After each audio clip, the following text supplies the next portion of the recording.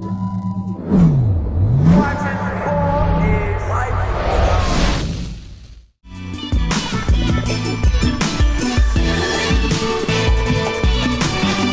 everybody to another episode of the In the Paint Show presented by Ballislife. This is Ronnie Flores with my co-host Chelsea Hopkins. Chelsea, how are you doing? Our guy Ronnie's traveling the country, going down to NBA players camp, so he'll give us a report on the next episode. But how's everything going? Everything is good. I'm excited to be back. We had a great draft show episode, so I'm ready to be back in the swing of things and talk some basketball. Yeah, you know, it was a great show. I appreciate everybody that listened in prior to the draft and into the few first picks. Thanks to all the people all over the world. Really, we had people from outside the country. You could go replay the interviews. It's time-stamped on the Ballislife podcast network on YouTube. Obviously, if you're listening to this episode, we do a YouTube version, which you could always jump on. We did have some player comparisons, some highlights we showed, which if you're listening, you might be like, well, what are they talking about? But if you're watching it, you'll know that we're giving a comparison or making some kind of player comparison. So, yeah, watch the YouTube version if you can. And, you know, we're going to have maybe a few more highlights, a few guys we talk about that we didn't get to talk about then, kind of our post-draft analysis. So we'll talk about that, but let's jump into some broader basketball topics, Chelsea. And obviously the number one topic people are talking about now after the draft is over is a big topic, and it's literally and figuratively Brittney Griner. Why don't you give us an update on that and just give your opinion of what's going on or what's not happening? Yeah, so Brittney, she appeared in court, I believe it was yesterday. Her trial is actually set for July 1st, but they have decided to extend her for 6 months, just being detained. So, Sure. You know, the trial could, you know, sometimes these things take a while, but obviously she's going to remain in Russia custody until something becomes of it. But from my understanding of the situation and what I'm being told, this was all expected. So Sure. Brittney was appearing before a judge. We expect her to actually be convicted probably when she has trial in the first. So she's facing up to 10 years. But needless to say, it's all kind of theatrical. They were saying, you know, Russia is going to, they like to increase the hype.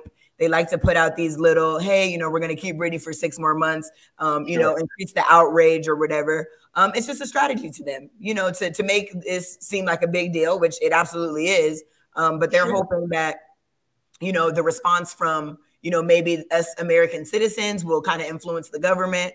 And ultimately, their end goal is to get some type of something from this. Yeah. So I'm hearing that, you know, maybe there'll be some type of prisoner swap. We actually have a Russian, I believe, arms trafficker in U.S. custody. So they're saying maybe, you know, after trial or whatever, and she gets convicted, that that they'll request the release of him. But ultimately, you know, it's unfortunate and it's sad. She's going to be there until something becomes of it. But they're looking for some type of exchange, and it's certainly a political, you know, kind of pawn situation. Yeah, that makes sense. And that kind of like you said, what did we expected? The only thing that I thought of that was like, wow, that to her situation, that it was a fact that was like, whoa, I didn't understand that. Is her wife hasn't spoken to her since February 17th. And I'm like, whoa, that's a long time ago. You know, that's the one fact that I'm like, wow, puts it in perspective of what's going on and how devastating it would be for anybody's family and for her family and her friends, her friends in the WNBA and other people that love her and like her. Now, my personal opinion, that again, that is different from those facts. The facts you just stated is that it's like I see other social commentary and other social incidents, and this is a worldwide incident, is that we're walking on thin ice because if you make a drastic move, it's like, yes, Brittney Griner may come home, she may be safe, but then are you starting something bigger that's going to put a lot of people's lives in jeopardy? So we're walking on thin ice, literally. We have two world powers and two countries with a lot of resources and a lot of money and a lot of military power. Like, whoa, you know, what are we going to do? So we're walking on thin ice. So people got to put that in perspective. Unfortunately, it's a wartime thing, and you feel bad for Brittney Griner personally, but in the bigger scope of things, no, like Defense Secretary or President Biden or Vice President Kamala Harris is going to be like, oh yeah, let's just go get her. Like, it's not possible. Yeah, you know, and I think too, the other unfortunate part about it, Which, you know, as I've been doing just my own research is, you know, the Russians have other US people that they have detained. You know, unfortunately, those people have been there for, you know, longer periods of time, and, you know, they've been convicted of certain crimes. And obviously, you don't really know the situation. But, you know, I see commentary and stuff about people saying, you know, how the government, you know, has stepped up to intervene. But it's like, would they have intervened if she wasn't Brittney Griner? Or, you know, are they just feeling pressure to intervene because people have come out and said, hey, well, what if this was LeBron James? What if this was Stephen Curry? So, you know, you always have to look at things at a broader scope. But I am happy that they came out and said that she was wrongfully detained. And there could be other people that are wrongfully detained as well. And, you know, it is the United States job to always try to look out for, you know, its citizens. So it's very tough. You know, I actually spent some time with the Phoenix Mercury. So I do know Brittney. We are social media friends. You know, when I see her, it's all love. So, you know, it's devastating when, you know, you have a personal relationship with somebody. So I'm not by any means saying that me and Brittney are great friends or whatever, but I know her. I'm in the basketball community, you know, so that's why to me it's hurtful. Because if you know her and you know, just the type of person that she is and stuff like that, you know, it's sad. It's devastating. So I think everybody is feeling that in the basketball community, and rightfully so. And you touched on her wife not be able to communicate with her. They actually had a call that was actually supposed to be set up, I believe, like 2 weeks ago with the U.S. Embassy, so they can finally, you know, reach out. It was going to be their anniversary. You know, they've been together for a long time, but some type of anniversary, they were supposed to, you know, be able to reach out and speak with each other. And the U.S. Embassy dropped the ball. They weren't, you know, prepared to get the call through. Yeah. And her wife was really upset, and rightfully so. They weren't able to be in touch. So, you know, I can't imagine just, you know, not being able to speak to my mom or a loved one or just somebody that you're close to. And then you worry about them every day. Like, you know, the best thing that I took from, you know, actually seeing Brittney on social media yesterday was that she seems to look okay. Like she hasn't been physically harmed. Obviously, I don't know what she's going through mentally, but, you know, she seems like she hasn't been abused physically, at least. And, you know, I take, you know, a little bit of solace in that. But it's really just a tough situation all around. Yeah. And to follow up on your comments with that, especially as you said, related to somebody you know or a loved one, I think in a lot of social aspects, we have a lot of great people or advocates, and they point things out, or they get behind somebody. Yeah, Brittney needs a support and needs people to keep bringing it up. But what we don't have, just like in a lot of other incidents, is good solutions. We have good shout outs and good people that advocate for the situation to point it out that, hey, this is wrong or this is bad, but the solutions are not there. So that it just keeps saying, hey, Brittney needs to be freed now. Brittney needs to, this is wrong. We know that. We know, we all know that. Absolutely. Every guy and girl knows that, but like the solutions are not there. So hopefully some solutions come, because if you look at it from a Vladimir Putin's point of view, like you mentioned, a loved one. So Vladimir Putin was maybe my age, in his 40s at the time, maybe, you know, around there, late 30s, 40s, maybe going into his 50s, when Russia was broke and the Cold War ended and Russia was desolate, which was basically 35 years ago, right? So the man is 70 or whatnot. So if you look at it from that angle, who's he going to blame? Who does he blame when he saw his parents and other people around him broke, you know, not in a good spot? The Cold War ended. Russia was desolate. Most of those people blame the West and America. So he's not going to give no. Now that he's an older man and he's looking back, he's not going to give us no slack for that. Brittney's just something that he can use, like to remember that, hey, this is never going to happen again as long as I live. That's what he's thinking. Now he may be older. Maybe he's a little off. You never know what his motivation is. Russia's never going to be in that spot again as long as I live. So that's an unfortunate thing that happened. But speaking of let's change subject. Speaking of the Mercury and speaking of the WNBA, Chelsea, give us a W update. What's happening with the Mercury? Obviously, they have a lot going on because they're worried about their friend and their teammate, but they've also had some on-court things happen. They were supposed to be one of the contenders. What's going on with Phoenix? Well, they had a huge shocker, a couple of days ago when Tina Charles and the team decided to part ways. Tina Charles, obviously top tier player in this league, multi-time All-Star, just incredible player. But, I'm not saying that this is okay. So I'm going to give my perspective on both. Sure. The fact of the matter is Tina has been in the league for a long time. She was looking for the opportunity to be on a contending team. She doesn't have a championship. She's one of the few greats that are still playing at this point that doesn't have a championship.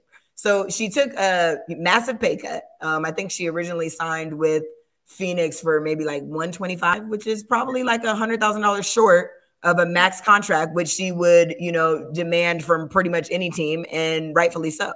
So she takes this pay cut. This is obviously, at the end of last season. And, she commits to the Phoenix Mercury. Everybody's assuming Brittney's going to be there. They think that they have some, title contending team. They ended up taking Diamond DeShields from the Chicago Sky. So, a really, really nice looking roster on paper. But, the fact of the matter is that Brittney has not been with the team. So besides that weighing heavy on the franchise, they haven't been as successful because they've been missing pieces. So I look at it as they didn't really, get off to a hot start. Tina felt like although she was a newcomer to the team, that she should be the focal point, being that Brittney Griner is absent. Like, she's thinking, okay, Brittney's not here, so it's my show then, but, she's also playing against playing with Diana Taurasi, who has a very strong personality. Skylar Diggins as well. We've seen, games where the two of them kind of went at it. And I think that things up until this point at the midseason deadline just haven't went as planned. And I'm not saying that you should up and quit, on your team, because, you signed up for it, so you should just ride it out. So I 100% understand that. But I also understand the fact that I'm a max player and I didn't sign up for this BS. And right now we are, I think they're 6-12 on the season. So, several games under 500, maybe not going to make the playoffs, and I'm making $100,000 less than what I'm used to making. Like, no. That's a tough situation. So like you said, was it also too where there wasn't meshing like with their record wise, and then maybe they have a new coach, Vanessa Nygaard, right? And maybe that is not meshing with those three star players or star personalities if you include Skylar Diggins, and it's just not working out, or just didn't work out. I definitely agree with that. But I also just think sometimes too, like, they do have a new coach, but we've seen teams get new coaches and have success. Like, look at the Aces right now. They're first place in the league. But I just think Brittney is the focal point of their team. Diana Taurasi, legend, go in her own right, fine. Skylar Diggins, top guard in the league. Tina Charles, top post player in the league. But nobody has a Brittney. Like, Brittney's the one. So she's a huge piece. And missing her just changes the dynamic of any team if you've built your team around her. And I think that's just kind of how it is. So now people are thinking, hey, Brittney's not here. Maybe I have a little bigger role than or I deserve a bigger role than I'm used to. Sure. And that's just how chemistry from the inside out could kind of, get shaken up. Gotcha. So who is so far being like a surprise team? Now, obviously they're surprised on the negative side. People were like, is there a surprise team out there, or is obviously the Aces were one of the favorites coming into the season? Or, just give us a quick highlight of which team is maybe exceeding the expectation, or a player that's exceeding expectations as well. Aces are at the top of the league right now. I believe they have 3 losses. So they're sitting at number 1. And, the Aces have been good for the last several years. They made it to the semifinals. They didn't win the championship, but they've always been in the mix. I don't think anybody expected their offense to look as polished and sharp with the addition of Becky Hammond coming in. She's definitely changed, how they do things, and it shows. Everybody's playing with a lot of confidence. Kelsey Plum looks spectacular. They just released the All-Star list, and the Aces have multiple All-Stars. They have Jackie, Kelsey, and Asia all starting in the game, and then they have De'Ara Hamby coming off the bench. Exactly. So they have 4 of their 5 starters make an All-Star appearance, and 3 of them are starting. So I think their offense is tremendous. They deserve to be at the top of the league, rightfully so. I do have some question marks about them. Honestly, the games are super high scoring. They have a lot of firepower, but they have no bench. Everybody's playing super heavy minutes. And I just feel like when they run into teams that can score with them, then their defense isn't that good to withstand it. Like their basic strategy is kind of like, we're going to outscore you. But on the days that they don't, then they can be beat. Like the game I went to about a week ago, they played Chicago and had Chicago down 25 points in the first quarter and lost. So, oh boy. So take us to that, to people who spend most of our listeners spend more time on the men's side and the boys' side. Like in the W playoffs, do the possessions shorten a bit? Does the scoring go down? Obviously, the defense is a little more intense. That's obvious, like any playoff basketball. But does it change kind of like the NBA, or no? Does the percentages of shooting and the percentages of team scoring stay about the same, or do you think it tightens up just like the NBA? No, I think it definitely tightens up. I mean, the scouting report, you've played this team most of the time, multiple times. Everybody's playing with more intensity. Obviously, the scores are dropped tremendously. Like the Aces right now are averaging, I think, like 85 points a night. So that's really high scoring. The game that I went to in Chicago, when I said Chicago was down 25 and came back, that game was like 104 to 90 something. So, that's not really super typical of women. Women's scores are usually significantly lower than that. So that's why I think in the playoffs, it's just going to be different. And, the Aces, although they have a new coach, have a history of being one of the best teams all regular season and then going to the playoffs and not being able to finish the job. So you see the Aces at the top, but then you have the Connecticut Sun, I believe, at number 2. Then you have a couple other teams that are just right in the mix as well. Seattle, Chicago, and Seattle, speaking of Tina Charles, just signed her. So now they've strengthened their roster. They stole Tina Charles from Phoenix, and they're going to be in the mix as well. So it's definitely been a great season so far. We're just about at the midpoint of the season. But I'm kind of excited to see what happens. I think, the second half, you could see a couple sleeper teams get in. Dallas is super competitive. So I think there'll be some surprises. We'll see what happens. Gotcha. Makes sense. As we move on, we're going to switch gears here. I wanted to mention, like we said, we talked about the people who listen. We have a new line dropping in the shop.ballislife.com, that you can get gear. We have a new 96 collection, it's called. It's features a new T-shirt, new basketball shorts, along with the matching snapback hat. Check it out check it out at shop.ballislife.com. And you can use a one-time code to get 20% off that first purchase and free shipping. It's in the paint. So it's INTHEPAINT. Once again, it's just like the name of our podcast, INTHEPAINT. Like I said, we have some new collection. The guys, Darren and all them, they always do a good job putting out new things. So we appreciate the people who support that. Switching gears, let's talk about USA basketball, Chelsea, a little bit. The 17 and under team, the tryout went, and the team was announced. They'll start playing in Malaga, Spain, July 2nd for the 17 under World Cup. The roster came out. What do you think of the roster? And I'll give a little more insight, but what do you think about that? And, just what do you think about young guys getting the chance to really play all over the country? Again, we've had some guests who've talked about that. And whether they've been to Mexico, whether they've been to Europe, whether they've been to the Middle East, even, and South America. Talk a little bit about that, and then we'll talk about the team.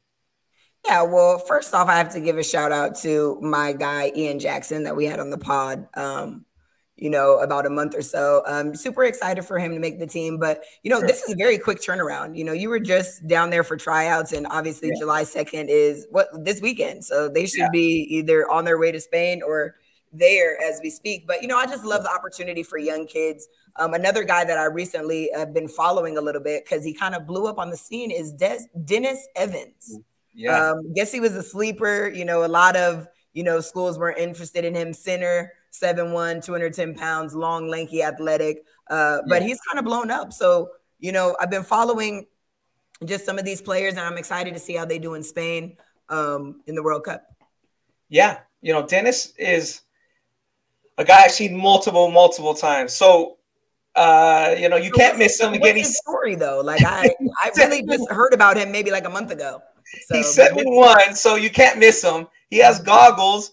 He has these big goggles. And he's left-handed, and he is, really long. And he's kind of, you look at him, you're like, well, how good is he? And you notice when you see him that his best days are ahead. He plays for Team Inland, which is an independent team. He's played here in Vegas multiple times. Wow. He plays with his high school team, Hillcrest of Riverside in the Inland Empire. And he plays for Team Inland, which is Kool-Aid has played for. Kool-Aid runs the team. He's run it for 30 years. And Kool-Aid is kind of a guy, Albert Kool-Aid Perry, who's kind of takes the underdog guys. He kind of takes the guys who are not the glamour guys who are going to play on big circuit teams, but he wins with them. And he's had multiple pros for a long time. And most of his kids come from San Bernardino, Riverside area. You know, they're definitely not kids who come with the silver spoon in their mouth. You know, he gets kids that he's tough on them. He's been around the block. And when Dennis first came on, he wasn't that good about a year and a half ago. You know, it was he's improved his running, his conditioning. And now when you have a left-hand guy who can hit a shot, face up now and move well, just his moving well enough is enough. And it's the shot blocking. Yeah. So he went to the USA camps a few times, got cut. But this time, as he keeps improving, like you said, blew up. Now everybody around the country, I had a national journalist ask me, like, can you give me his number? Like, what team does he play for? I'm like, oh, he plays for Team Inland. And then, like, some of the guys you know and know in basketball that went to San Diego State or around there, they played for Team Inland. So, like, they're kind of gritty guys that are, like, maybe not top 100 or top 50 guys, but they're, like, get D1 scholarships, and he's put a lot of the guys out there. And like I said, he's had multiple pros over the last 30 years, and maybe Dennis is the next one. But for Dennis to make USA basketball, like, that opens people's eyes because he went down to earlier in the spring, he went down to Texas, and then a lot of scouts saw him outside of the West Coast, and they were like, wow, we can't believe how good this guy is or how good of a prospect he is. And now some people think he's like a top 30 prospect, which is just, like, pretty amazing and nuts. Okay, so I want to put you on the spot really quick. Sorry, I don't want to interrupt you. But so what's his player comparison then? I mean, I've only seen highlights of this kid. I've never seen him in person. I'm going to put you on the spot. If you had to just pick one NBA player right now that he just reminds you of, or a hybrid, maybe you mix two players together, who would it be? Ooh, an NBA player that reminds me of. Because he's going to the NBA at this point. He's made USA. He's blowing up. So I'm trying to think maybe like a left-handed JaVale McGee who could just block shots and run.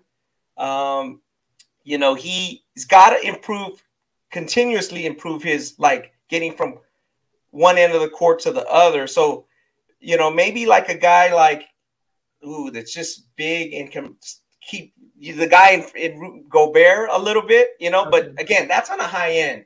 I compare him to an old player who used to play at UNLV. That's who you'd want him to be like, a left-hander, Keon Clark, who did play in the NBA, but he only played in the NBA for like 5 years, really long, like super long, even at like a long wingspan for 7'1", because if you're 7'1", you figure you already have a big wingspan, you know? Right. So, like, he was left-handed too, super athletic, and that's who I would want Dennis to. He went junior college and he played at UNLV in the late 90s, and he played in the NBA. That's why I'd want Dennis to, like, develop into. So he has to keep improving his conditioning and getting from foul line to foul line or baseline to baseline, basically. Yeah. So, you know, I don't know. Maybe Chelsea, you watch game in and game over. Maybe there's a guy that that's out there that's a reserve or that's a backup center that you know of that is like that. I mean, is there anybody like that? Again, there's not a lot of traditional centers because this guy's traditional. I know. I need to see more of him. Like I said, I've only seen highlights. I've heard a couple of people that I know in my circle that just kind of rave about him as just a late bloomer and stuff like that. So, you know, I don't want to give my best assessment because I just haven't seen enough of him, but I've heard his name a lot, like, recently. So he's definitely buzzing. That's so exciting, you know, just to have an underdog story. And, you know, to make USA and stuff is incredible because it's already so political. And I mean, just being honest, we know how it is. So for somebody to just be a late bloomer and not be good, like you said, a year and a half ago, and kind of just shoot up on the scene and to make that roster, you know, is incredible. So, you know, and speaking of USA, you know, the USA under 18 won the FIBA Americas, the title earlier this month. Villanova bound Cam Whitmore and Mark Armstrong were the standouts in Tijuana, Mexico, and you were there. So, you know, what did you see? What was your take? Did you enjoy it? Talk to me about it. Yeah, you know, the USA 18 and under team was obviously a little bit older, a little more experienced. They had guys going into college, just a little bit different group than the 17 that's going to Spain. And yeah, Cam Whitmore, I mean, I know these draft boards. Well, let's talk about the draft boards. They're all wrong. They were all wrong this year. So again, but I think he should be near the top of next year's. Obviously, Big Victor from France is going to be at the top of it with Scoot Henderson. But He's incredible. Hamilton shouldn't be too far below like that group, like Okay. 7, 5, wherever he may land. Like he was the most impressive player there. He's going to Villanova, and Mark Armstrong, and I saw them against Mexico, and that was the quarterfinal game, and what I saw was that the other teams need a lot of work.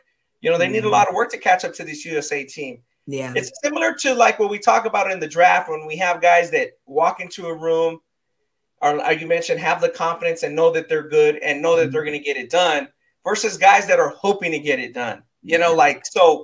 Mexico had one prospect that I thought was a good, pretty D2 player, maybe low D1 guard. Argentina had a couple guys. Ecuador definitely needs work. Some of the South American countries need work, but Argentina has some good length and some good guys.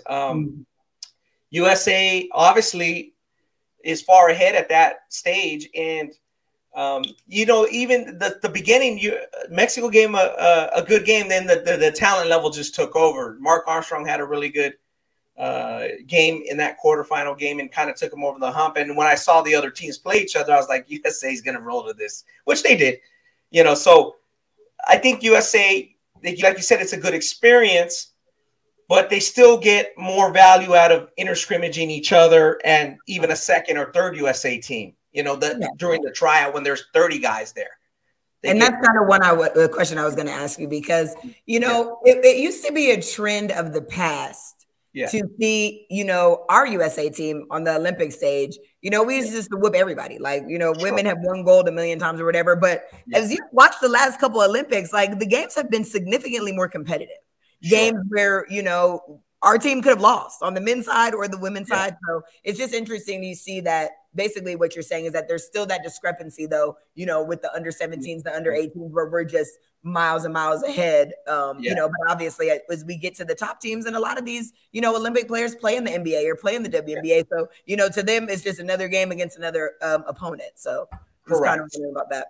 So they obviously the other countries are going to pull their best guys and they're going to play in like a Euro League, or they're going to come to an American college. Like University of Arizona is getting a lot of good guys. And obviously Gonzaga's got some European guys that have done really well. So they get picked off, but overall the depth is still coming from the American grassroots and very, travel teams and good high school teams. So shout out to the guys who made that team. David Castillo, your guy Dennis Evans, David's from Oklahoma, Jeremy Fears from Lalamere, Cooper Flagg, who's now at Montverde. He may be he's a 225, and there's only two of them. Koa Pete from Perry in Arizona, who our guest on the show, draft show, Dalen Terry kind of shot it out. He went to school with his sister, and he's a one of the 2 or 3 top 225s, along with Cooper Flagg. Nice. And Caden Boozer. So he's on the team. Asa Noel, Carter Knox, your guy Ian Jackson, Sean Stewart, and DeJuan Wagner Jr., who kind of leads the pack as the people think is the top guy in that 223 class. So that the team has some younger guys, and mostly 224s, 223s, and like I said, a couple 225s. So what I did also notice is that, like you said, when it's your approach to the game, I think still when I was a younger and you were, and you were just a kid and probably learning about the dream team or even the women's dream team in '96, the first, the team that kind of put the girls USA team on the map. I think for the younger people, they're still kind of like, oh my God, we're playing the USA. Kind of like the dream team was when they had Jordan and Barkley and those guys. And probably the 96 with the women's team, that there was a great team with, Lisa Leslie, Cheryl Swoops, Cynthia Cooper, that group, Dawn Staley. But that that's what the younger countries need to learn. They need to keep playing the game, and their approach to the game. They still in awe. They want to befriend and figure out the American way, but they got to figure out their own way. Yeah, we've arrived. We can play here, because it's kind of like, oh, we're taking on the big bad giant, and then the game starts off a lot of activities, but then you realize the talent level and like reality kicks in. So they still keep to work on that. I did notice at the event in Tijuana that they were there was a tournament going on, like I guess like a grassroots or AU tournament. So that was awesome to see. Like the kids love it. Obviously, soccer's huge in Mexico as it is in the rest of the world, but you can see more kids love basketball. They are learning the game. They're excited. Their parents are enthused. You know, when I was a kid, there was probably no parents and no people 40 years old that really cared or knew about basketball when I would go to Mexico when I was a kid. But now when you look at people who are my age or even your age or between my and your age, their kids love basketball and they know something about it. It's not just like foreign. So that's good to see. In 20 years from now, they're going to be a lot better. And hopefully they keep closing that gap and the world gets better and it just makes the draft better and makes the NBA better. So that was good to see. I was pleasantly surprised to see USA basketball or the local Zonki's Arena, the people that are involved locally for Mexico basketball put that on. So that was cool. It's different age groups, girls, boys, they were playing. They were so happy to be there. And they did come in and watch Mexico play the USA like after their games were over. They were all happy. So that was good to see. That's exciting. Yeah.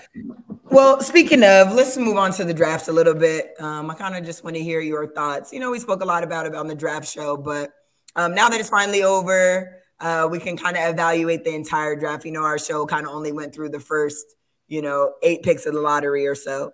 You know, let's talk winners, losers. Let's talk your initial reaction. What were your thoughts now that the 2022 draft is complete?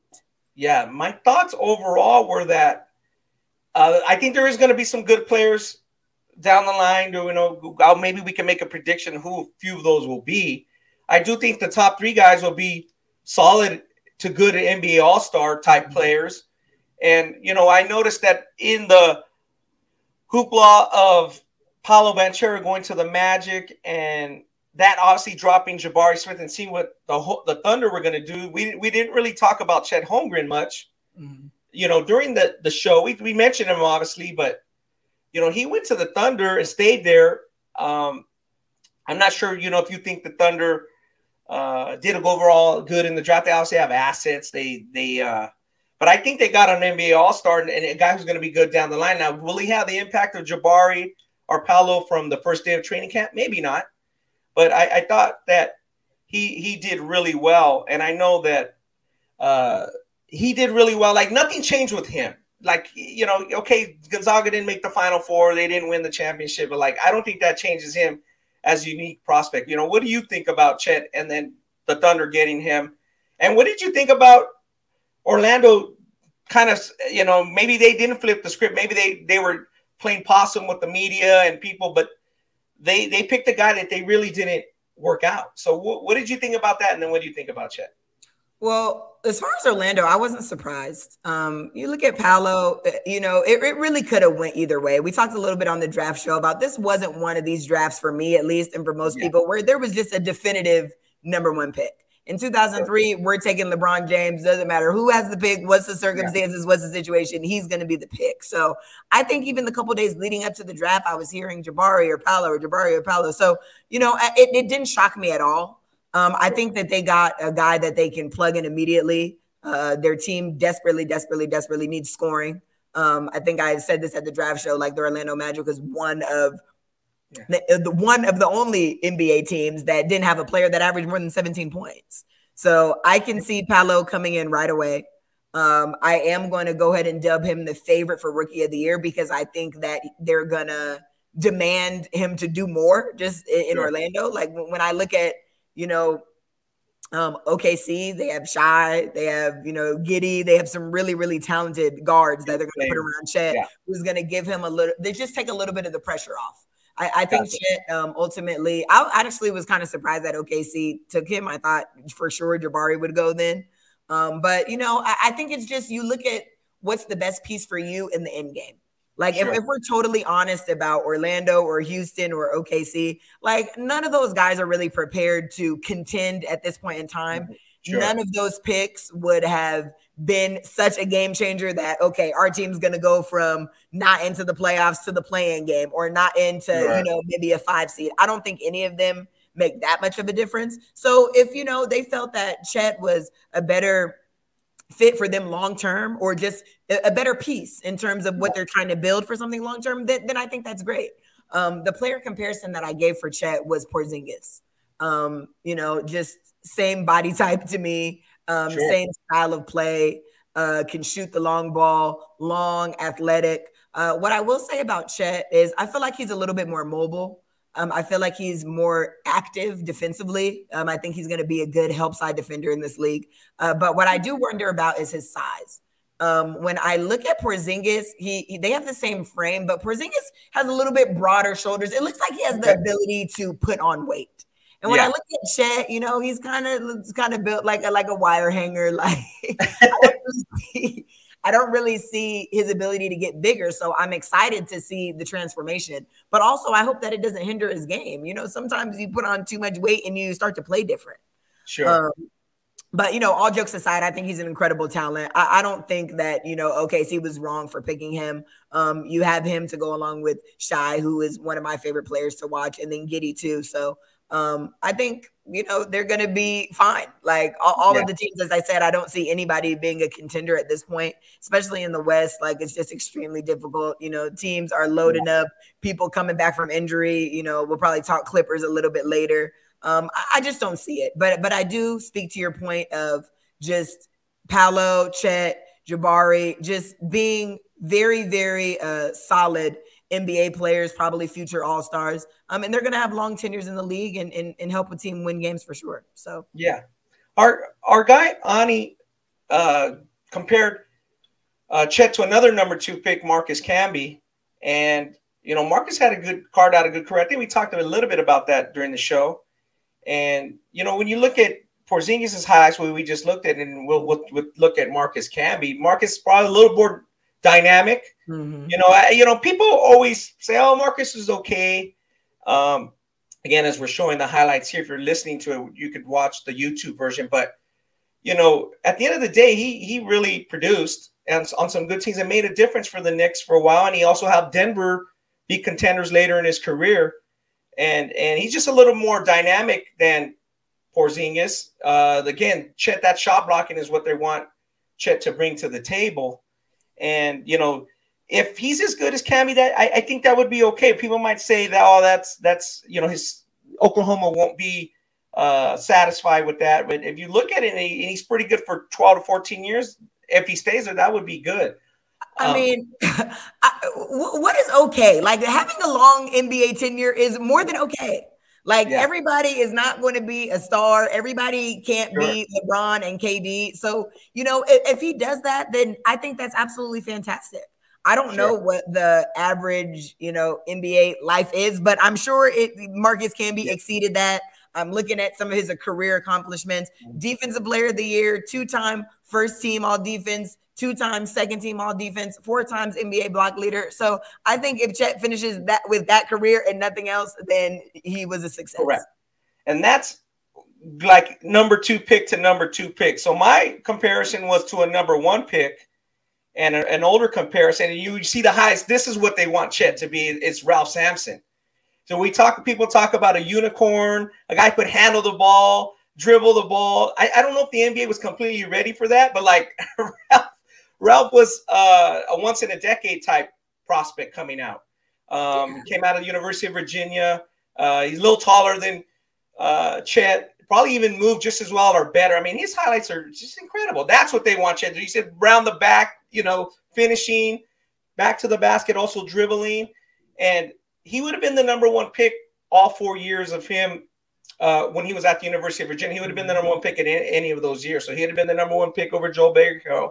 He'd have been the number 1 pick over Isaiah Thomas. He'd have been the number 1 pick over James Worthy. Then he was finally the number 1 pick. And obviously that's a different time, but that would be the high end before his injuries. Like if Chet can develop to that, then that's putting a team, the Houston Rockets, then who went pick number 1 back-to-back to NBA Finals 2 years later. So that would be on the high end. You know, again, that's the real high end because the Rockets picked Dream and Ralph, and then two years later we're in the NBA Finals. So that would be what Oklahoma would want. But again, they have to have the pieces around them. They had Mitchell Wiggins, they had John Lucas, they had other pieces. So, you know, they went up against a great Boston team. They lost, and then Ralph had injuries. and it kind of curtailed his career pretty fast. But when you see those highlights, you see how good he was at a young age. Yeah, but early Ralph too, before the injuries, like you talked about, was an incredible athlete. Like Chet's not going to be a supreme athlete in this league. He can be athletic, and I think he's more mobile, and but it's like okay, Giannis is down there. There's some people down there that are really big and really strong and really good. Sure.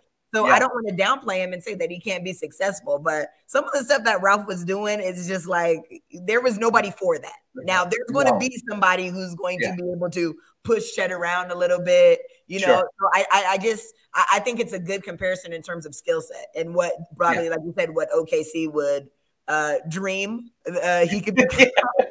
You're thinking it's far-fetched. Yeah, I understand. It's high end, like the ceiling. Yeah, for sure.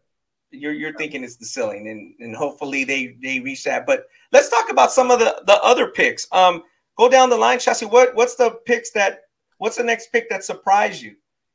Surprised me? Yeah. Okay, well, I mean, surprised based off of just the media. Everybody had Jaden Ivey going fourth, which honestly, I don't want to say that surprised me because I felt like Sacramento didn't have a need for him. They're heavy in the backcourt. So, everybody just thought, who cares? He's the best available. They're going to take him. But they ended up taking, what was it? Keegan Murray, right? Which I think was a much better fit for them. But the pick that I really enjoyed, let's see. Okay, let's talk Houston a little bit. So, they got Terry Easton at 17 and they got Ty Washington, who I'm a huge fan of, at 29. I think that they were certainly winners of this draft class. They got pieces that they can build with, and that's what they're doing. New coach, Jalen Green, who's exceptional. They have a lot of talented guards. Josh Christopher, Kevin Porter Jr. Like they have great people. So I just, I like what they're doing. I like that they got Jabari Smith, who I feel like is the best case scenario for them, kind of fell into their lap. But he's going to just be exceptional because they need size. They got rid of Christian Wood, so they're going to have him, but they have dynamic guards, so it's not going to – that's what I spoke a little bit about pressure with Paolo. He's going to have more of a load. Jabari Smith is going to be able to feel it out, and, he's going to be able to have a little bit more time to, kind of figure things out when he takes that jump. But I really like the Ty Washington pick. I think he's a sleeper. I think that he is the type of guard that every team needs because you need somebody, like I spoke about in the draft show, that can just set the table for you. And I like guys who can play make, get everybody set up, but they can get their own too. He's special. His in-between game is pretty special, floater, mid-range. He's not an incredible athlete, but he plays with incredible poise. And that as a point guard is what I love to see. So I think Houston did an exceptional job. They had a good draft day, and is a great player. So I just like what they're doing. I like what they're building over there, and they have a lot of youth, and youth is having success, and it takes a couple years, obviously. Like none of those teams are contending, as we talked about, but you see it with the Cavs. They started a couple years back, haven't really had any success since LeBron left.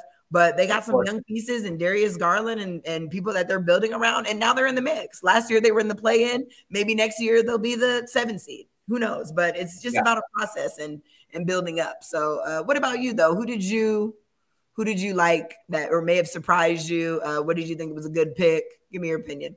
Yeah. As far as the pick, and then Houston was one of my draft winners as well. Obviously getting Tari Easy, we didn't talk much about him. He's a good defender, big, strong. He's going to help them, and then the trade to get Ty. But the pick that I liked, and it seemed to work out for the Pelicans, is Dyson Daniels. I thought that was a good move for them to get a change of pace guard, a guy who has some size, a guy who will fit in, a team that's already pretty good. So they took him at number 8, and I just like what they did with that pick. I thought it's a little bit of a swing, like if it hits, but I think there's a lot of that besides besides the top 3 and Ivy at 5. Keegan Murray's kind of hey, we're going to take a chance on this. To me, Bennigan, Mathurin, solid, and Shaden Sharp, but Daniels may hit and may do good. And for that team, the Pelicans are a lot better right now to me than the Blazers and the Pacers and the Pistons and the Kings. So they can afford to do that. You know, they got some pieces there. They're in the hunt. They're a couple shots away from advancing in the playoffs, you know, and they got a superstar in our guy who was on the Lakers from North Carolina, who's a great player, you know. And if Zion comes back and he's the player everybody thought he would, and then you add that rookie who can handle the ball and throw laws, you know, kind of build in slow, like they're going to have a good team. So I like that pick. The team that I thought won besides the Houston Rockets, I think me and you are in agreement with the Houston Rockets, was Detroit. To get Ivy. You know, I think that's a good fit with Cade Cunningham. He obviously went 5. And then they got Jalen Duran. The Hornets traded him. So the Hornets got him, you know, drafted him at 13, but then traded. Maybe they were already picking for him because they knew they were going to get Mark Williams at 15. Yeah. Obviously, the Hornets weren't going to get 2 big guys. So they traded one of them away. And then they pick up Kemba Walker, who, I don't know, Chelsea, you like Kemba Walker as a player. Again, he's aging. You know, he's getting up there. Obviously, Boston got rid of him before, but he can help. I mean, if he doesn't take up a big salary, he can help that team. Again, so you got Cade Cunningham who you're building around. Ivy, who's a nice change of pace. Cade Cunningham's a big guard who's strong. And then you got a guy who can, you know, push it up, push tempo, and chases the ball in Ivy. And then you got a veteran in Kemba Walker, whether they keep him, how they use him. I thought Detroit did well. Yeah, I ultimately don't think Kemba's going to stay. I mean, I've heard that they're going to try to negotiate some buyouts. Yeah. But, you know, I just totally agree with, you know, your assessment of their picks and the direction that they're going. Jaden Ivey was one of my favorite players in the draft. Just a dynamic, you know, shot maker, playmaker. He's going to look great alongside Cade Cunningham. He's going to make his job a lot easier, take a little bit pressure off. So I think they definitely filled a need with him. I would like to actually see them keep Kemba, though. I think every team could benefit from just having some veteran leadership, somebody that can, you know, just set an example for the young guys. You know, and be there for them when, you know, and it's kind of rough when you're a team like that. You're towards the bottom, you lose games, sometimes you lose focus, and you're just kind of in situations that aren't always favorable. So, you know, to have a veteran guy like that in the locker room and just somebody that can kind of set an example as somebody who's been doing it for a long time, I think you can certainly, you know, benefit for that. So I give Detroit a winning grade as well. And my last team that I really thought won, that probably nobody thinks won and nobody really talks about, because just let's be honest, nobody really talks about the Spurs just in general. But I have them as a winner. They had 3 picks in the first round. 9th pick was Sohan. They had Malachi, in the 20th, and then Blake Wesley in the 25th. And I just think all 3 of those players are developmental players. Players that, you know, may not just come in the league and hit the ground running, but I think they have incredible potential. And I just think what better organization to go to than the San Antonio Spurs, who have just a pedigree and a history of developing players and making them good. So, you know, they have a good young core with DeJounte Murray. Recently, I've heard that he might be on the trade block, might be on the move.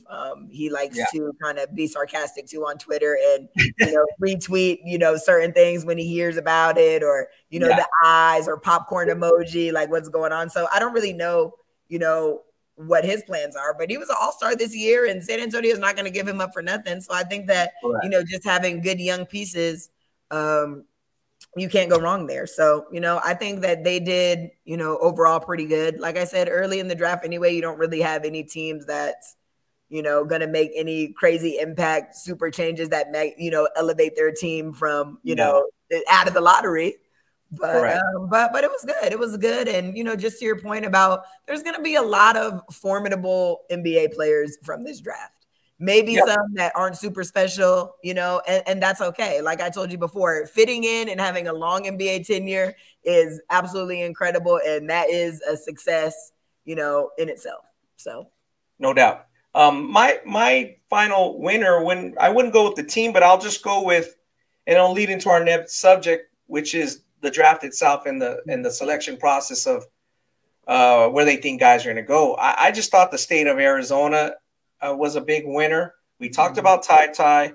Our guest Dalen Terry went a little higher than I think people project. He shot up a lot the last week or two. He went 18 to the Chicago Bulls, which is good fit for them. They got other guards. They can bring him along slow. You know, he'll play a little bit of small forward. He defend any guard. So they kind of looked at it as like, we're going to get our best character guy and the best guy that can help us down the line. And he's not even 20 years old. So he's from Phoenix, and Ty's from Phoenix. So he went to Cesar Chavez, and then he went to AZ Compass Prep, and Dalen Terry went to Corona del Sol. Then he went to Hillcrest, and then our guy Jalen Williams, Oklahoma City Thunder, is from Santa Clara. He's another guy that shot up in the draft, and he's from Perry, which is where Coaquet plays. And so when I see that, I saw a lot of interaction between them. They were complimentary of each other. They were happy for each other. They know each other really well, even though Dalen wasn't in New York with them. Like they were genuine in their happiness for each other. Other people are happy for them. The families are happy for each other because the state is growing. The state is growing their basketball pedigree. Some of that has to do with COVID, and they were able to play, and that helped their development. It definitely helped Ty Washington. You know, that COVID hurt many guys. It actually helped Ty Washington get to where he's at now, which is in the NBA in a short amount of time.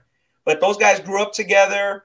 They support each other, and they always have, like Dalen mentioned in his interview, when we go to LA, guys think we're soft. They think we're kind of weak, and we don't have they're going to beat our butts. But I don't think people are going to think that forever, like if not already. Like there was a lot of little kids around town to look up to those guys, and obviously Dalen went to U of A, and U of A is a big winner too. They had 3 guys drafted. Bennett Mathurin, who's a Canadian who went through the Latin. He went through the Latin NBA Academy, 6 to the Pacers, and they had Christian Coloco, who went 33 to the Toronto Raptors. It's pretty funny because the Oklahoma City Thunder drafted 2 Jalen Williams and the one from Arkansas, and we were speaking of the one from Santa Clara. So, U of A, Tommy Lloyd and the staff were there at Dalen's party to support him. So a lot of people from around town were there. And I just think kids are going to look up to those guys. Obviously, Dalen has a pretty good magnetic personality. I think it's one of the reasons the Bulls like him and teams liked him when they worked out. And Ty's pretty personable. They're active on social media. So I think overall the state of Arizona just won. Like if you're a 15-year-old kid, you're going to look up at those guys and be like, man, I would love to go U of A, or I would love to be on a big stage and see my name in the bright lights and get drafted. No, definitely. Arizona did incredible, and just most of the guys that you mentioned, with maybe the exception of Benedict, not the exception of Benedict because he went to U of A, but all those guys went through college, and now we're just kind of at a different time where people are thinking, hey, what's the best way to get to the NBA? Is it G League? Is it, their Ignite team? People are trying to take all these different routes to try to fast track it there. But, I think right now this was just a big year for, NCAA. I know they're kind of, down and out about the NIL situation, but, the kids that had the most success in the draft, mostly went to school. So I just kind of wanted to get your opinion on what you thought about the G League Ignite team and just maybe other alternatives, because you're basically shining light on Arizona for doing so successful, and all their kids mostly went the college route. Ty in Kentucky, Arizona went the college route, found their way to the draft, multiple first-round picks. So, what are your thoughts on just the alternative ways to get there? What did you think about the G League Windfall kind of in this draft? Give me some insight on that. Yeah. We obviously had Jason Hart on the draft show, and he's the head coach, and he has a lot of experience. And obviously he's trying to put a positive light on it. And he thinks the Jaden Hardy people were going to regret not picking him as where he was projected to go. But as a few hours went by, he probably even went a little lower than we thought on air when we were live between me, you, and Ani. And again, Michael Foster didn't get drafted. I think Dyson Daniels went where he went. So my overall take is it's a little different than college, because you can come back that next year if you need to. Jalen was playing with house money as an example, because he had the junior year of Arizona and even potentially the senior year to fall back on, improve his game if he needed to. It seems like the G League, you better hit, and it better be that right fit for you, or else it's going to be, because it's kind of new. It's going to be the magnifying glass is going to be on you because you're playing against pros, and people are going to think, well, why did he go to the G League? See, it's going to raise eyebrows to people when I think we're still in that mode in society, or in our grassroots and American system. We're like, oh, why did Chelsea go to the G League? Something wrong? What is missing? Is she don't have grades? Is her family not have any money? Is she money hungry? You know, that type of thing may come up. There's question mark. It seems like there's more question marks. So if you don't hit, then that comes out even more, and you don't have that. I mean, where are you going to go from there? You're already a pro. You're not going to go backwards. See, that's the thing about being it's kind of like our parents told us when we were little, don't grow up so fast. Don't grow up so fast. You know, when you're a pro now you're getting paid. Now obviously NIL, people are getting paid in college in a different type of form, but you're not quote unquote getting paid. Right. When you're getting paid, people don't have sympathy for you. I think people still look at college players like, hey, you're developing, go back. It's not a problem. So I think that's a lot of pressure. And I do think that Jalen Green the year before, and to an extent Jonathan Kuminga, are special talents. And I'm not sure Jaden Hardy was that special talent, and Michael Foster I know wasn't, because and it's nothing against him. He's a good prospect, but he's not a special talent. So I think that you got to make sure that is right for you. Yeah, I mean, definitely just with there being so many options, you're obviously going to see guys that are going to test the water and stuff. But, I kind of agree with your point. I think this was a win for the NCAA because they're just going to kind of look at it as, people in programs are going to have the ability to try to use Jaden as an example. And, Jaden being a Vegas kid, I'm rooting for him. I do think that he went a lot lower than we kind of expected. And I think he still has a good chance to be a great NBA player. I did hear just from people that know, the situation and kind of know him, that he didn't interview well. And I think that, big picture, there's a lot of stuff that goes into the business side of basketball. And I think when you take these alternative routes, especially, it's more business-like than ever before. You can still have a little bit of amateurism as a collegiate player. You get the benefit of the doubt. Hey, Ronnie made a mistake, did this, did that. But now Chelsea, who plays in the G League, no, she's a grown woman. She, decided to take, so it's just the perspective of it.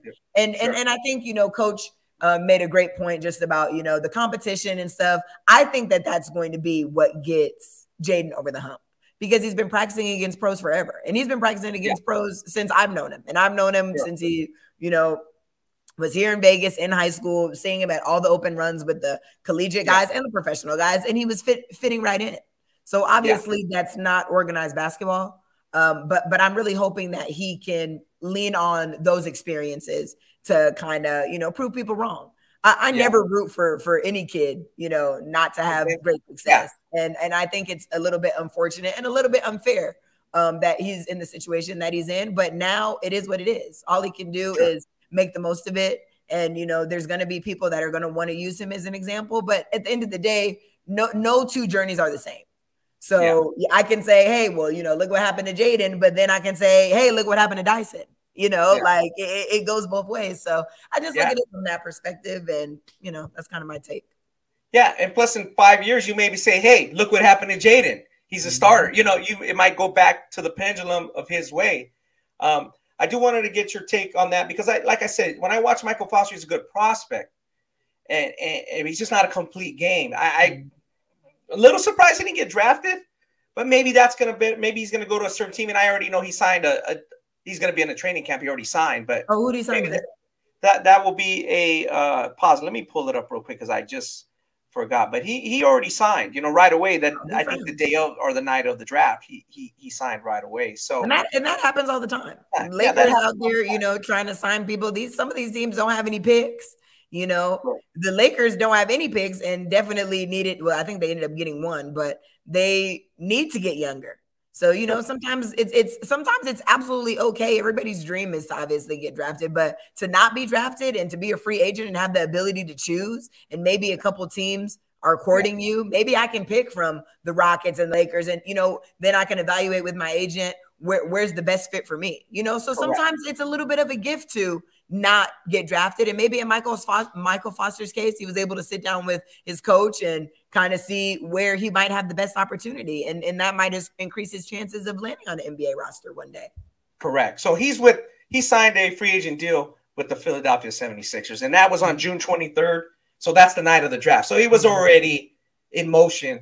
So, you know, and with Jaden Hardy, going back to him, and then we'll move on. It's when he came from Detroit in Coronado's system, and again, it's high school basketball. It's built around him, and he can manipulate it and control it, and he can shoot as many shots as he wants.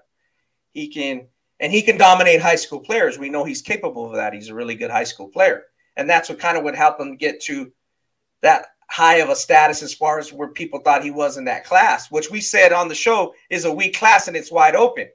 So, and then when you go against pros, that's taking a big jump because now you can't control that situation as much. Right. In other words, if you're having a bad college season, you can come back and rectify that the next time. Or there's going to be some weak opponents where you can get your confidence up and get, you know, have a 20-point game. He would have had a 20 or 30-point game every fourth game or so in college, you know, and that might have helped his confidence. But when you start off slow against pros, and again, you know, guys like Pooh Jeter or guys like Amir Johnson, they got family and wives, married, they got kids, and they're going to go eat dinner. And we're compared to, like you said, Ty Washington, he's going to hang out with his peer group in a college dorm or a college environment. It's a lot different. You can doubt yourself or you can get down on yourself. And that's one thing that people got to watch is the environment when you're with pros. When you're on a team and the other guys on the team don't give a hell about you.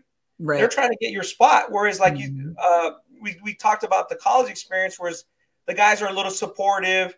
It's supposed to be supportive because that's how colleges are built. There's a campus wellness. There's an academic tutor. There's an academic coach. You know, there's more support. I think the guys in the G League were more out on an island. It's like sink or swim. And maybe Jaden is going to swim and swim well. He definitely needs to work on becoming a complimentary player because he wasn't a complimentary player on his travel team or his high school team. Was centered around him. So he's got to get into his shot faster, make a better decision, a faster decision. And that will, because he's one of the better shooters in this draft, he'll have a chance. So if he learns that and can do that, I think he'll be good long-term. And I do say this, though, you know, obviously he's probably not happy. If you look, compare and contrast what Dalen went through, how happy he was around his friends and his family, and then Jaden getting picked, you can see it's just like anybody else that falls in the draft. They're kind of like, boy, I really need to pick this up. And I wanted to get your take on that because, you know, again, we're talking about having confidence. Now he may have it in him. You know what? This is going to give me the fire that I need to turn this around. And I'm going to show everybody that I'm a lot better than the pick I went at 37. But I wanted to get your opinion on the process itself because we talked about it. 24 guys were invited, and it just seemed like they had no idea where they were going. I mean, Terry went 18, Hardy went in 30s, Marjan went, 24. You know, because obviously the first 24 guys didn't go the first 24 picks. So what did you think about them inviting 24 guys? And is that right? I personally wasn't a fan of it. Obviously, we know where the lottery stops, and that a lot of guys were, not going to be picked,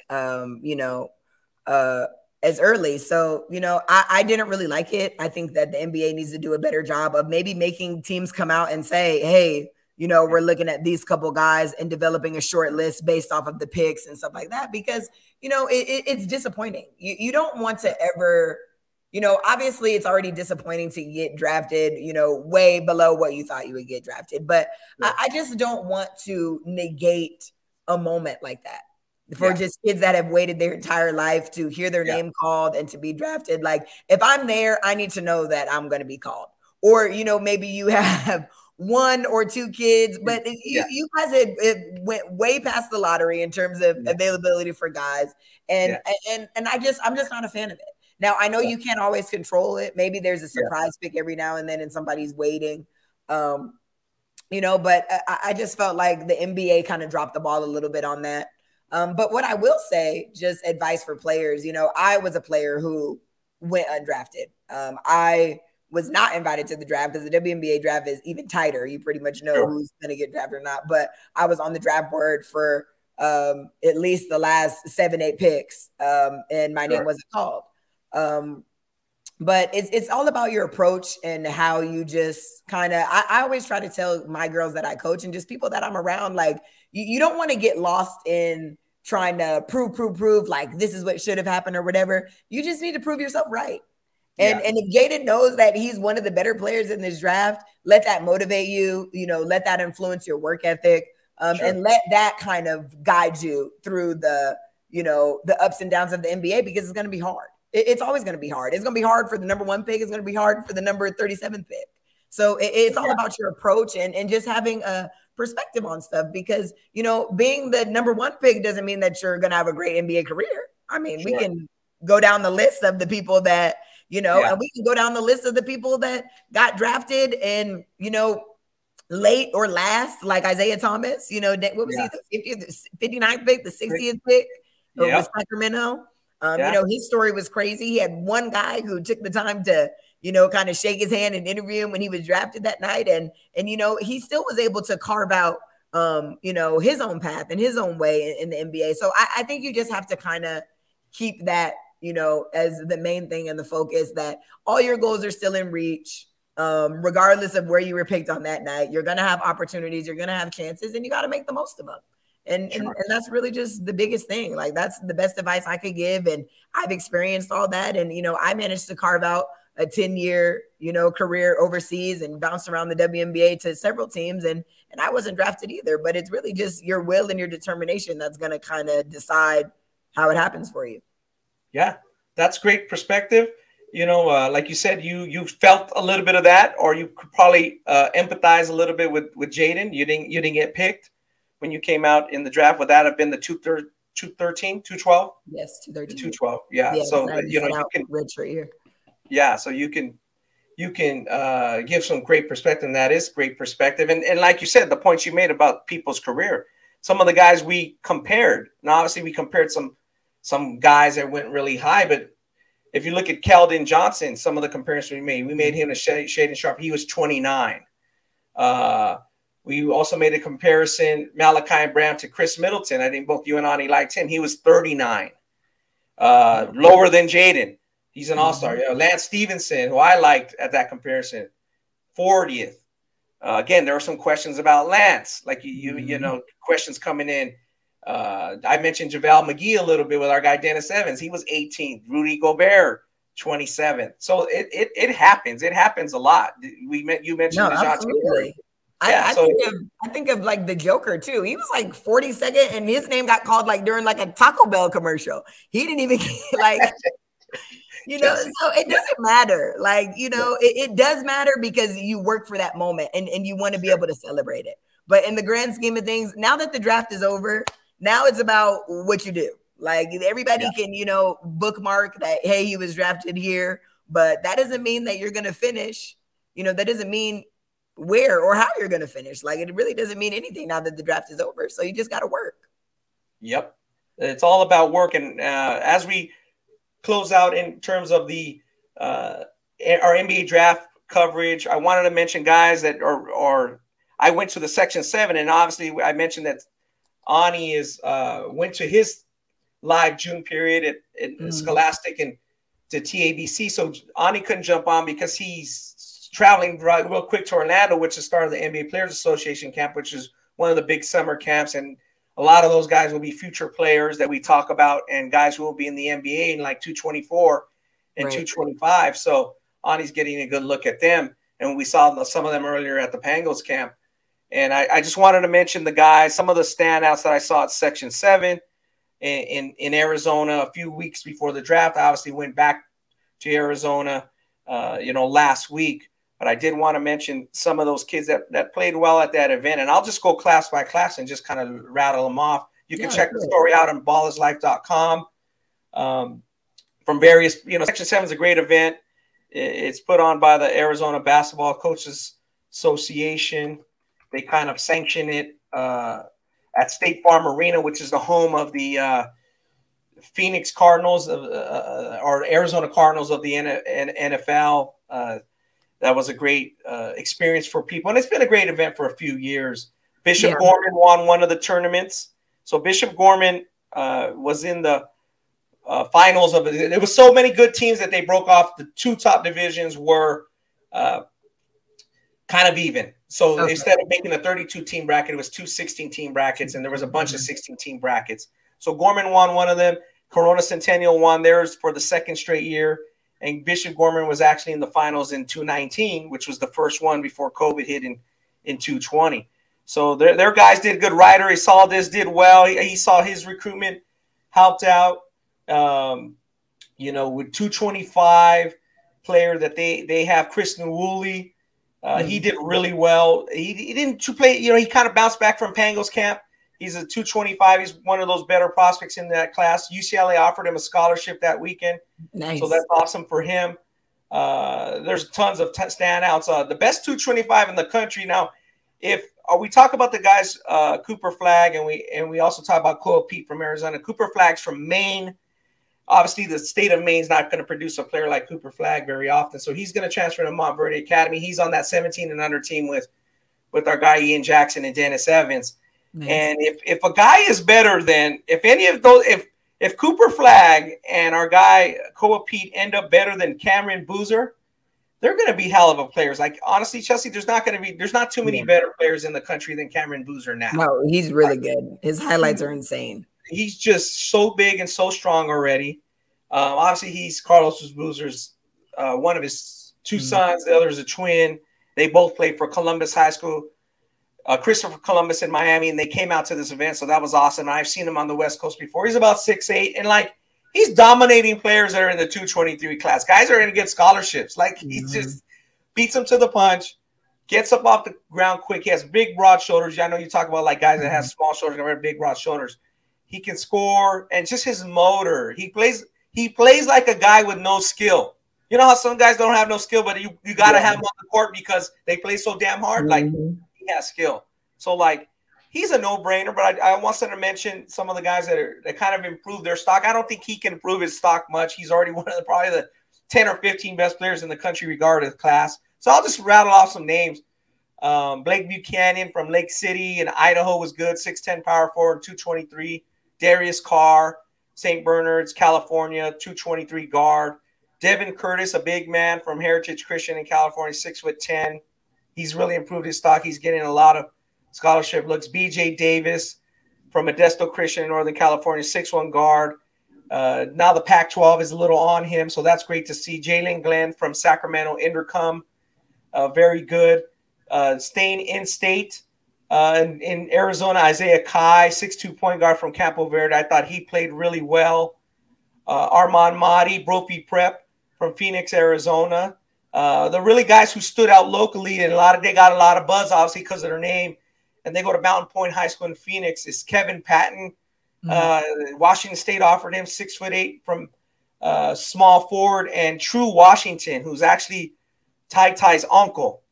Oh, wow. Yeah, he's younger than Ty Ty, but he's uncle. And Ty Ty came by to watch him, check him out. And True's a downhill guard. I mean, there's not too much better downhill guards in the country than True Washington. He's also at Mountain Point, 6'4".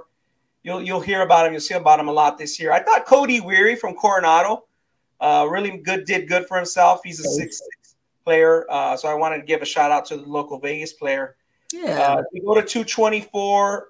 Taj DeGorville from Durango really helped himself. He's starting to get mid-major type looks. Good.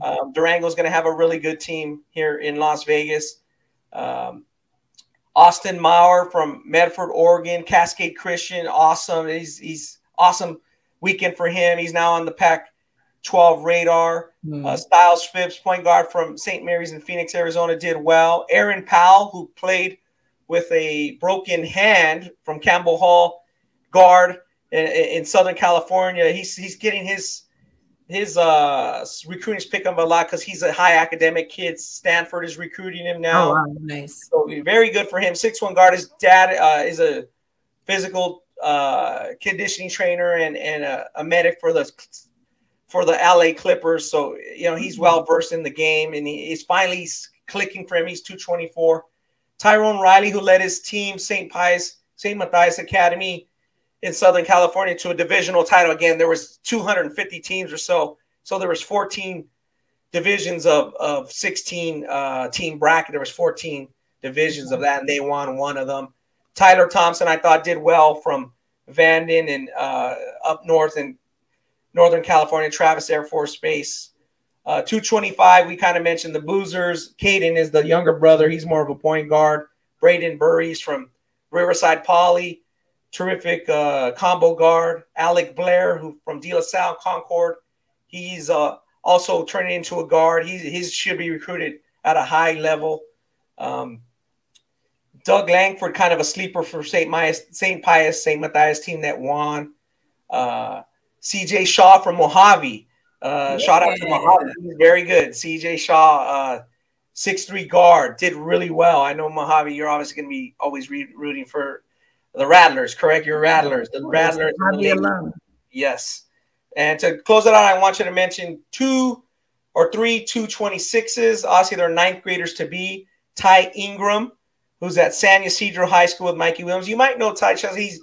He's Tyrone Shelley's son, who played at San Jose. Say Tyrone Shelley has a young son, Ty Ingram, 6'3" shooting guard. Braden Kyman, whose brothers played at UCLA, is now playing at Wyoming. And Mason McGee, who's from Basha, Chandler, Arizona. He's the third 226. I just can't believe we're already talking about 226 play. Time is just going by. So those are some of the name. Again, there was 225 teams. So I can't rattle off everybody. And those were the guys I thought improved their recruiting stock right away. So that closes out. Again, I got to take a breath because it's just a lot of names, but I wanted to get them all in there. But that was a great event, and I'm sure Ani's going to come back and tell us about the guys from Texas and NBA Players Association who did well. Nice. Looking forward to it. Yeah, so as we said, that's the future. We wanted to talk about the NBA, and we obviously want to see this Brittney Griner situation kind of a positive conclusion, and we hope it does. We obviously everybody's kind of holding their breath and crossing their fingers there. But I think for now we'll wrap up on episode 134. Shout out to everybody that supported us. Shout out to everybody who watched the show. Come back and watch the this episode, and who listens. Again, we do some highlight videos, or we throw some photos in the YouTube version. So if you can watch the YouTube version, tell people about it. We appreciate it. Make sure you support all the other podcasts. Kicks of Your Life with Jordan McLaughlin, Noble and Rouge, Unapologetic. You can find them all on the Ballislife podcast network. But for Chelsea and Ronnie, we're signing off on episode 134. Bye, guys.